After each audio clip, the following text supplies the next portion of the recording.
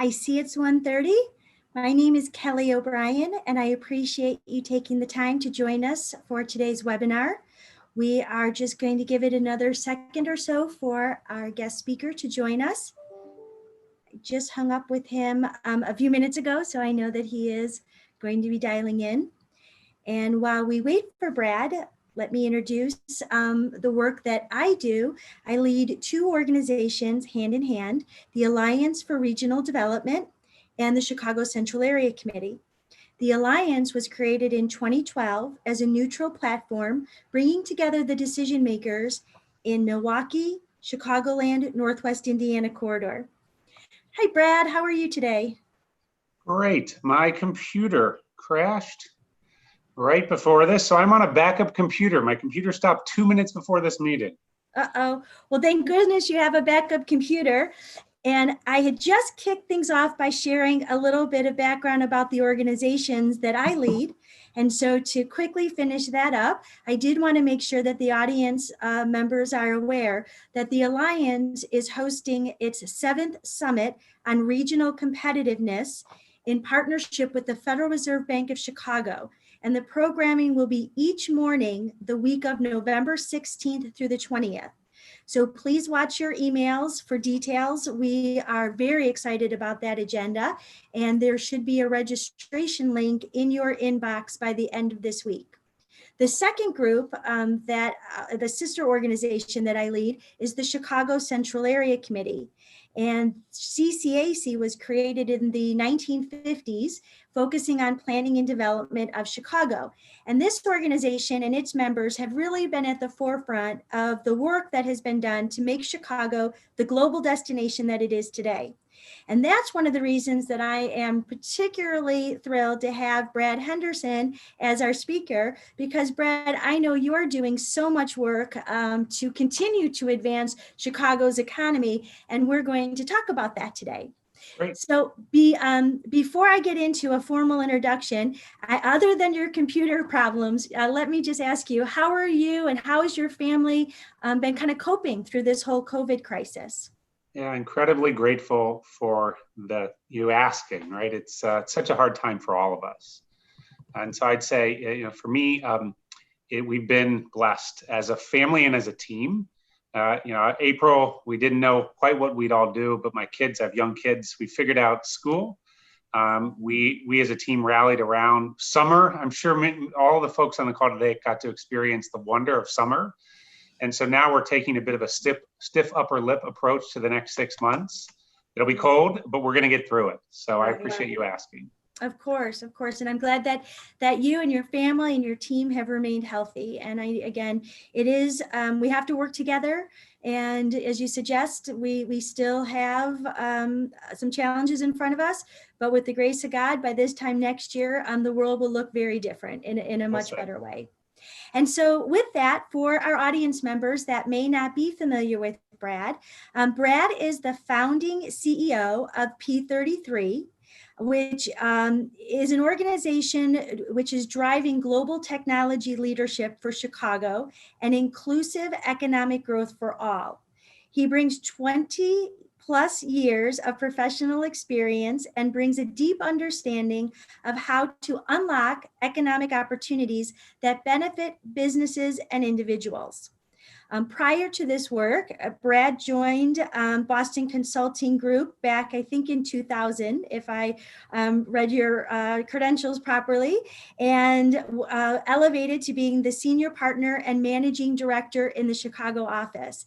And I think, Brad, that's probably at some point our paths probably crossed throughout during your time at Boston Consulting Group. And Brad is an active leader in the Chicago community.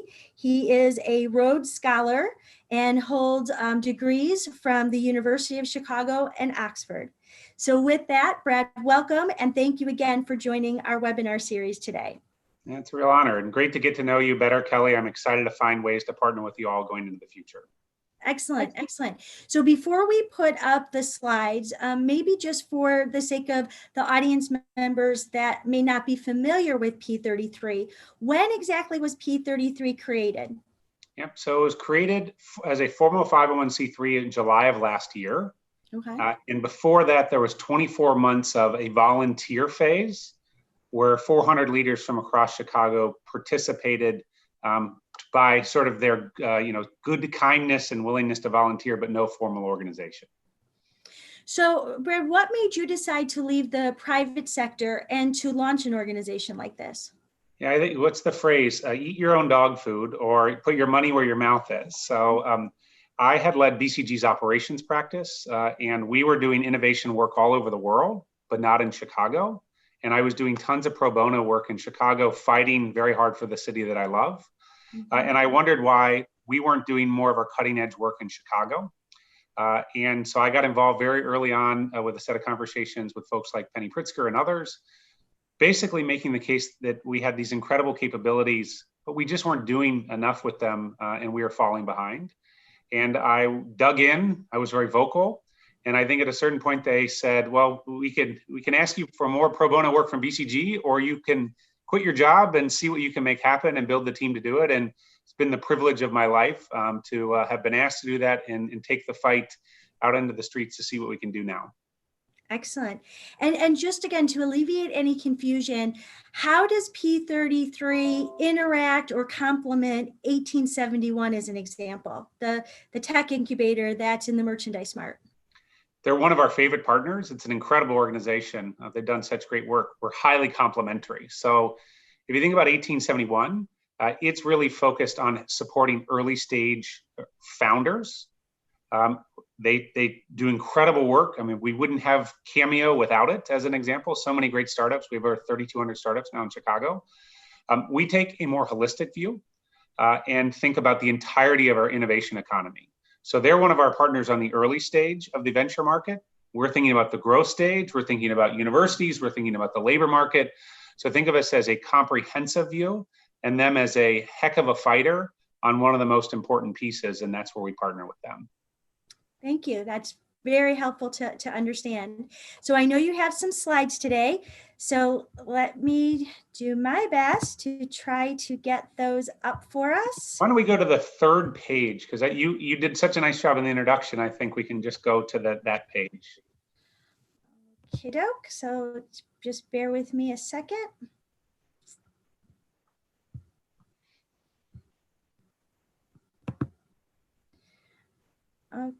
Okay. Do you see the slide up? I do. Okay, this is the third page. Great. So I just wanted to briefly highlight, and please ask any questions or take us in whatever direction is helpful, but I think the origin story is really important, and it speaks to maybe where some of this conversation could go.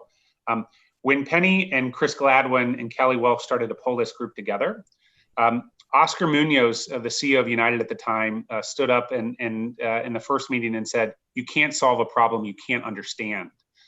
And what that led to was a massive investment from Accenture, McKinsey, and BCG to build the fact base. It's actually 700 megabytes of detailed research about Chicago, what works and what doesn't. And then we enlisted all of these partners you see on this page and many more to try to solve this problem together. So at the core of the work we're doing is actually this notion of pinpoint where we can really find solutions to our biggest challenges and rally the community together to build them. And I just thought it was important to highlight that this was really a cross-silo, deep research initiative that will then sort of inform some of the things I talk about in the pages to come, which is, well, what do you do with that research?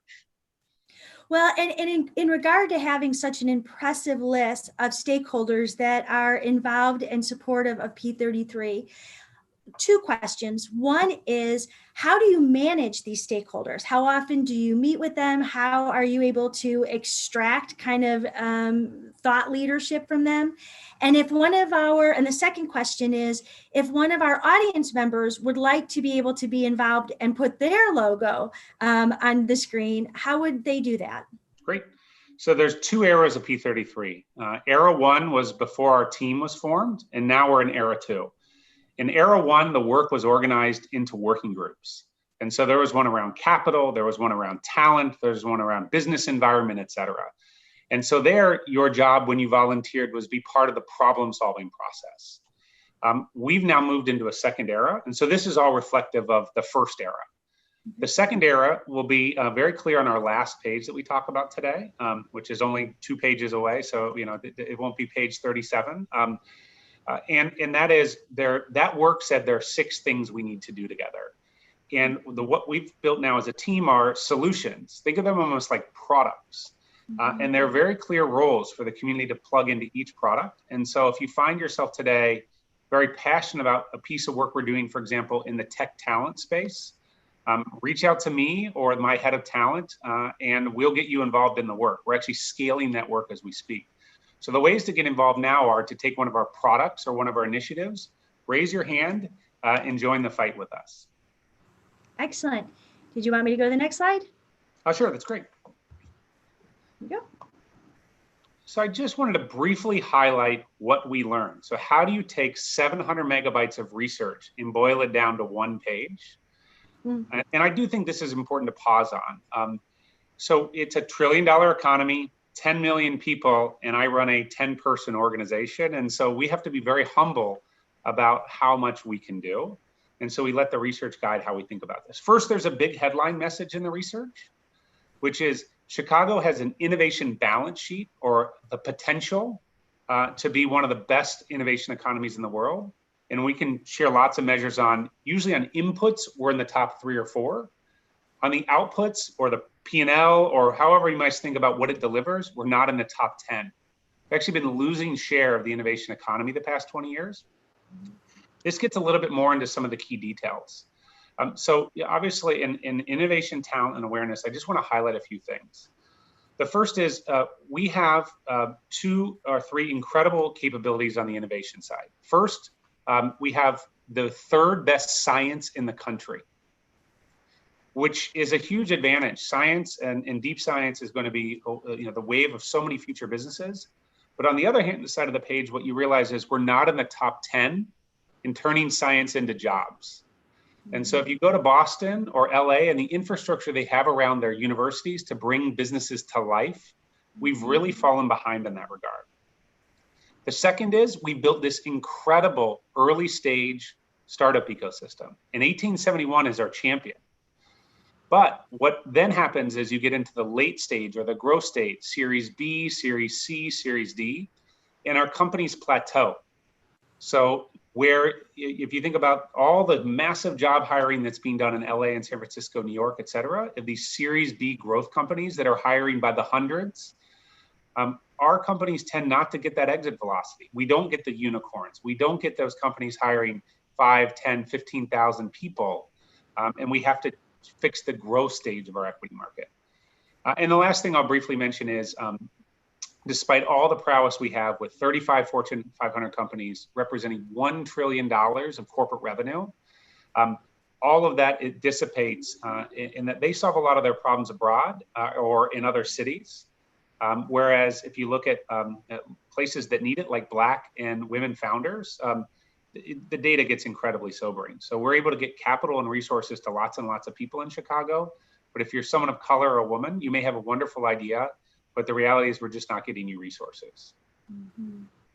Very briefly on the talent side, I just wanted to highlight some really important things. The best way to describe it would be, in terms of creating talented graduates, we're the 2nd best city in the country for doing that.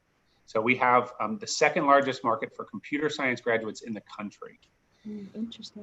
But if you move to the right-hand side of the page, there are 2 things I'll briefly highlight. First, people leave at rates that is very sobering. And the second thing that we're incredibly focused on is the racial component of that. So, one important piece of information, Chicago is actually blessed with a diverse population. 66% of our residents of Chicago are people of color. But in the world I represent, the tech world, they only have 10% of the jobs. So we have, in those 2 buckets, a lot of work happening. The last one I'll briefly mention is around awareness. So you can't just fix this problem by marketing, but we do have a marketing problem. What the data says is we actually have the largest net promoter score gap. So this is classic, like really good brand measurement work of any of the major tech hubs in the city. Huge perception issues, but our research actually points the way forward. So there is something we call the Chicago diaspora. Many of our friends who've left Chicago, who have talents and actually have a lot of reasons to come back. They don't know basic things like we have an incredibly deep pool of tech jobs. They perceive that there aren't tech jobs here. It's something we survey again and again, when the reality is we have thousands of open positions in tech. They perceive that it's an incredibly expensive town, and we can get on an aside about our taxes. But the reality is we're the 27th most expensive city in the country. We're a pretty affordable place to live and raise a family. And so there is a marketing challenge that we're working on. And so in each of these, this is our problem statement to go after. I'll talk about it over the next page or two. We're working to solve these with all of Chicago to turn our city around and make it live up to its potential. I want to, two things. I want to let the audience know that we do invite your questions, and we ask that you use the Q&A button, and I will do my best to relay your questions to Brad. And Brad, I also wonder if you could clarify, because on the two slides and in your remarks, you talk about both Chicago and Chicagoland. Yeah. So can you help for us to understand kind of what the geographical focus is for P33? Yes, great question. All of our research said you have to define this based on supply chains, not based on jurisdictions or political boundaries. Mm-hmm. So what that means is we care about Kenosha, we care about Gary, we care about Bloomington, we care about Urbana. The Rivian plant, the electric car plant going in Bloomington is relevant for Chicago's future growth, battery technology at Argonne, et cetera. And so we take an incredibly expansive view. Follow the business, follow the value chain, don't follow the line we drew on a map at some point. And Brad, as you know, with our group, the Alliance for Regional Development, that message was front and center in the OECD report that was published in 2012. And we, are working across state lines and constantly trying to remind people that it's really connecting dots and scaling assets. And as you suggest, following the supply chain and really knocking down the barriers that are state lines and county lines and city lines, because everybody benefits when we work collaboratively. Well said. Should I move to the next slide? Please do. Why don't we just use this page? This page works great because I think this can be our last page, and then I'd welcome further discussion. So we're doing 6 things meant to solve the problems I teed up before. I'm going to briefly introduce each of these. I'm going to spend the most on the ones to the left-hand side of the page. So I talked about this need to commercialize our best science. Really exciting news. Over the past 2 years, with help from P33, Chicago has taken the lead in quantum computing. You may say, what in the heck is quantum computing? If you thought cloud computing was a revolution or the internet was a revolution, this is the next big paradigm in how computing works. And we're actually the early winning epicenter of that work. We've won 2 of the big $100 million Department of Energy grants. The University of Chicago created the first new school, the Pritzker School for Molecular Engineering, dedicated to quantum computing with a $100 million gift. Urbana's won one of the big 3 National Science Foundation gifts. And we've signed up many of the leading companies in the world to join something called the Chicago Quantum Exchange, which is a regional consortium that includes Madison, interestingly enough, to solve the quantum revolution together. The state has committed $700 million of its own money, and we don't have a state with a lot of money to this battle. And the work we're doing, which may be of great interest to all of you, is to make sure in the model that you define as an organization for how we work together, how do we actually do this, including the supply chain, building quantum computers. Could we build quantum computers in Illinois? That's one of our big initiatives, one that's got a ton of momentum. Mm-hmm. The second one I'll briefly mention is what we call the Deep Tech Guild. And I won't get into too many of the details because it's a highly sophisticated view of the biotech world. But biotech is a huge hub for our region. Just drive up to the northern part of our suburbs and drive past all the buildings full of people doing this work. But the reality is we've been losing a lot of our commerce and companies in this space, even though our science is incredible. And so we have an initiative focused on building out our biotech ecosystem further. It is one of the biggest sources of high-skilled job growth in the country, one of the biggest sources of value creation in the country. We've lost our way. How can we turn that around? And then the last couple of things I'll briefly mention where we'd love further engagement. There's a piece we call Company Connect. This is all about the companies I mentioned earlier that get stuck. So I have a great startup, the idea works, I've been funded, and now all I need are customers. Companies like Slack pile in the customers, and some of our companies that could be just like Slack get stuck. They get stuck because our biggest companies here often don't try to work with them. We have 35 Fortune 500 companies that could be their customers, customer 1 through 35. And so we have a whole program around connecting our best growth stage companies, an analytics company, with Caterpillar, an innovative digital industrial company. How do they actually build businesses together and grow the economy? We've not done this very well. Mm. The last two things I'll briefly mention. The Talent Coalition is probably our biggest bet. And this is this notion that when it comes to tech talent, if every company tries to solve this on their own and every university tries to solve this on their own, we'll end up with the most ugly looking spaghetti you could possibly imagine. And so what we've done is we've signed up 20 companies from Motorola and Allstate down to innovative new startups, about $500 billion revenue in those 20 companies, to identify common talent problems. So like we're losing kids from Urbana who are moving abroad. How do we actually work together to retain those students? Not just make the argument, come work at Allstate, but actually make the argument, stay in Chicago, look at all the things we have to offer. So it's a coalition that's come together to solve and build products around talent, developing talent, upskilling, et cetera. And then the last one I'll mention is on the far hand right side of the page, which is the very top, which is around the tech brand. And so our unofficial tagline right now for Chicago Innovation is Chicago, kind of good at everything, which isn't exactly very compelling. And so we've got several of the leading ad agencies in the country, led by Energy BBDO, taking the Chicago tech brand and thinking about it as if it's one of their best commercial clients in the world.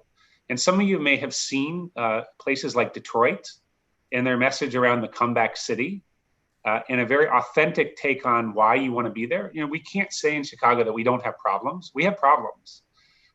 But talent isn't afraid of problems. They actually like problems.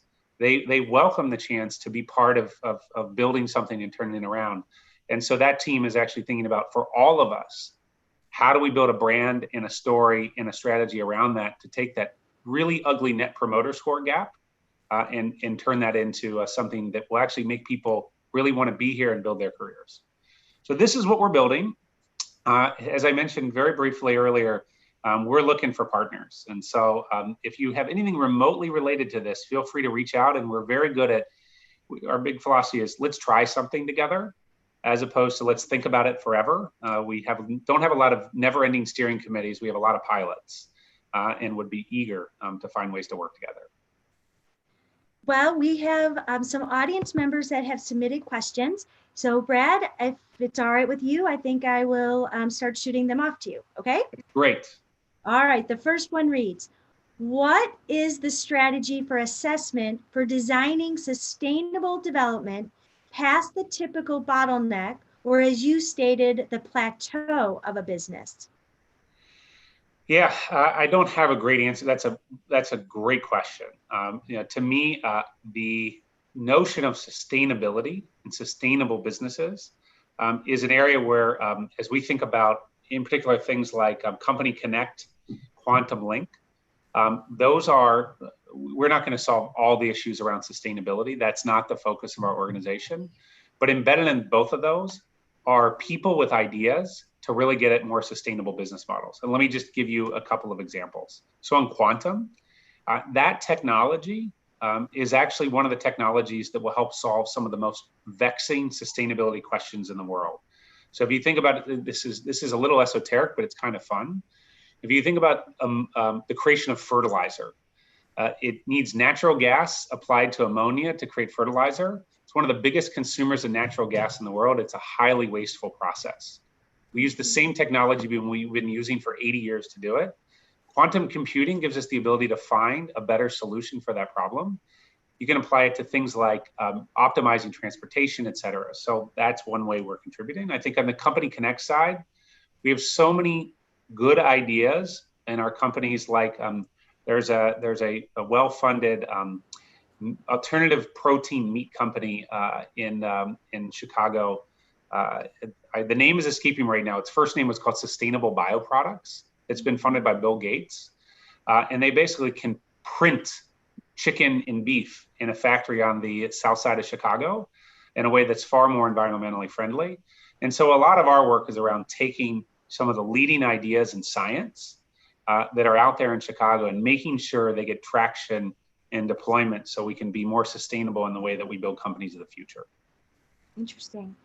The next question reads, in an earlier P3 gathering, I learned that you will follow a clustering model to focus attention on certain industries, agriculture, tech, pharma, and low-end businesses such as logistics, etc. When I think of your focus on pharma, we see growth happening from acquisition, not spinning out of tech. How do you envision this growth happening at the speed the tech industry demands? Yep, that's a great question. So in general, if you think about our big biopharma companies and our big food companies in Chicago, they've primarily grown in these recent years by buying companies. So I think that your questioner's instincts are really good, but that's actually not where the value is being created. And so there are people in the world taking early science in biotech or ag tech, in building those companies that get acquired. The mistake we've made is to say AbbVie, Abbott, ADM, all companies headquartered here, we're going to be content with you just waiting for, and I'm not calling them out specifically, but I'm using this as a way of illustration. Why don't you wait until somebody else builds the business and then you can buy it and scale it? We'd like it so that those companies have a massive influx of companies that have been built here that they can buy, that complements what they're doing, complements their their scale and their ability to commercially develop things. And so our deep tech guild work is all about creating those early stage companies. We want to build the companies that get acquired for $10 billion and then gets recycled back into more science entrepreneurship in Chicago. I mentioned the company Sustainable Bioproducts. It's actually called Nature's Lift, I think is the name of the company now.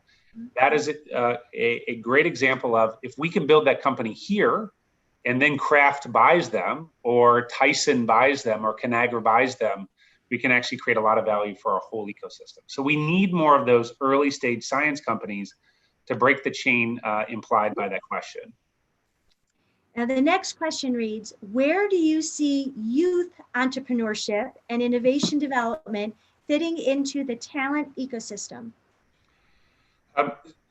So if you think about making sure all of Chicago's 14-year-olds actually have a shot in a world that is increasingly digital, where the average tech job pays 2.5 times more than the non-tech job, where it's growing at 8% a year as opposed to shrinking. Non-tech jobs on average are actually shrinking as a job class. We need to make sure we're laser focused on how to support that 14-year-old, whether they live in Naperville or Lawndale, to be ready by the time they're 23, 22 for a job in the new world they're going to move into. Mm-hmm. We think of that as a pathway or a ladder where 7 or 8 different things need to be done to support that student to that job. For most people, that job will not be as an entrepreneur. It'll be working for the entrepreneur. And so a lot of our efforts are giving them the technical skills to work in those organizations. A small set will be entrepreneurs, and we need to prepare them as well. And so we have in our world programming both for folks who will staff the Caterpillars and the Relativities of the world and do those critical job functions, but also find founders, young founders, founders of color, women founders, and make sure they get the support they need to thrive in Chicago. We are running out of time. I think we have 1 minute left. So the last question that I'll read is, what is your take on mechanisms like tech districts or corridors to achieve the goals that grew out of this study? Yeah, space matters a lot. And I'd say one of the challenges Chicago faces is we're geographically incredibly fragmented.